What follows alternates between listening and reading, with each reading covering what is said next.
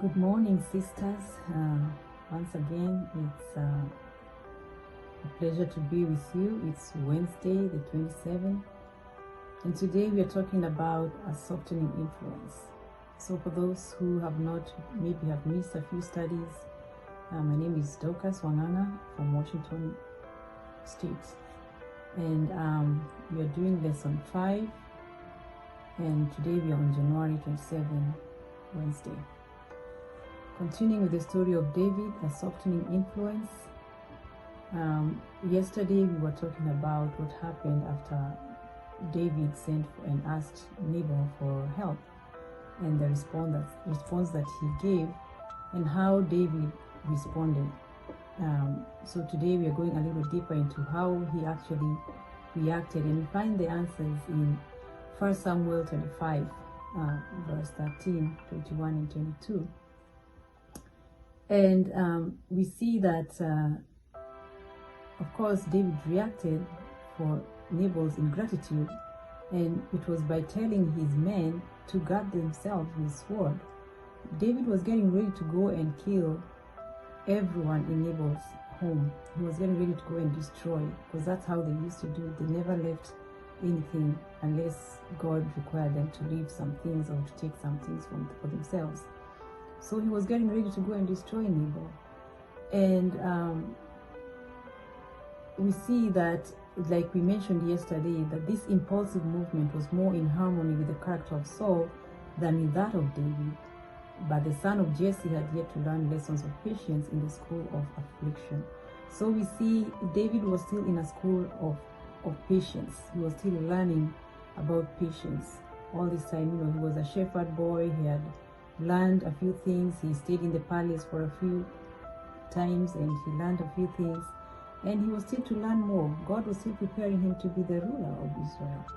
So he was still to learn a few things. So when he went, we move on to be about Nabal's wife, and this is a very good thing, especially for us sisters, to think about and consider, because Nabal's wife, Abigail, was told by a young man about what was happening, about what David is getting ready to come and attack.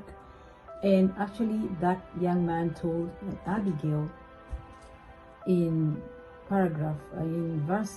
chapter 25, verse 17, he told her, "Now therefore know and consider what thou wilt do, for evil is determined against our master and against all his household, for he is such a son of Belial that a man cannot speak to him."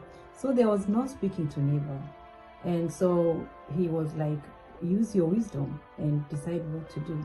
And that's what exactly Abigail did. She did not tell Nabal what she was going to do after she learned what had happened.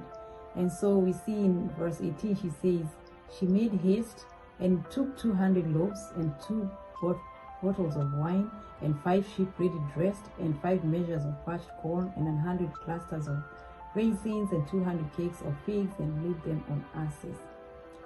So she prepared herself quickly. She got her servants to help her with all this. This must have taken some time, but she did it very quickly because she knew David was on the way, and she knew who David was. So, and she told her servants to go before her, and then she followed after them, and she did not tell her husband. So she used her own wisdom by not telling him, because that would have just caused a lot of chaos, and she left. So what do we learn from Abigail when she met David? We saw that in verses 23 to the verse 31, Abigail actually bowed down before David, and she pleaded for her husband's life. She pleaded for her own life, and she really apologized for the behavior of her husband. And in this paragraph, it actually speaks very well of Abigail. It says, "The piety of Abigail, like the fragrance of a flower, breathed out all unconsciously in face and word and action. The spirit of the Son of God was abiding in her soul. Her speech, seasoned with grace and full of kindness and peace, shed a heavenly influence. Better impulses came to David, and he trembled as he thought what might have been the consequences of his rash purpose." So the way Abigail approached David actually made him realize what he was about to do. It was very rash. And the verse Matthew 5:9 says, "Blessed are the peacemakers, for they shall be called the children of God." So David was called to be a peacemaker. We are all called to be peacemakers. With that, there were many more like this woman of Israel who would soothe the irritated feelings, prevent rash impulses, and quell great evils by words of calm and well-directed wisdom. So how many of us are like this? How are we able to soothe irritated feelings or to prevent rash impulses? These are things to think about when you think about the good example of Abigail. So we are also told how a consecrated Christian life is ever shedding light and comfort and peace. Our life is supposed to be a constant shedding of light, comfort, and peace, characterized by purity, tact, simplicity, and usefulness. It is controlled by unselfish love that sanctifies the influence. It is full of Christ and leaves a track of light wherever it possesses may go. So Abigail was a wise reprover and counselor. She actually reproved David, but she reproved in a soft way, not in a rash or a rude way. She was very polite and humble about it. David's passion died away under the power of her influence and reasoning.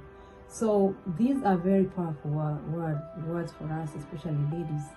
We as sisters, our words can be very powerful and they can arouse passion or quench passion. And we see here is an example of Abigail doing that. So he was convinced that he had taken an unwise course and had lost control of his own spirit. So he had totally lost control, and Abigail helped him realize what he was about to do. And so he softened. So he got a softening influence. So with a humble heart, he received a rebuke, because it was a rebuke, in harmony with his own words. Let the righteous smite me, it shall be a kindness, and let him reprove me, it shall be an excellent oil. So rebuke is not supposed to be something that makes someone react in a negative way. It's supposed to help them react in a positive way. And we see a good example here in the case of Abigail. So it's an object lesson for us sisters when we are, how we approach other people. And for those who are married, how you approach your husbands when they are irritated or the temper is high. How do you respond so that you can calm him and soothe him so that he considers what it is that he's saying and why he's reacting that way. So on Wednesday, that's all we have, and it was a beautiful lesson that we learned from Abigail, and I hope that we'll think about this today. These are very good thoughts to think about today, and I look forward to seeing you tomorrow so that we can continue with the topic on Thursday, which is about receiving reproof gratefully. So see you tomorrow, and I hope you're blessed. Bye.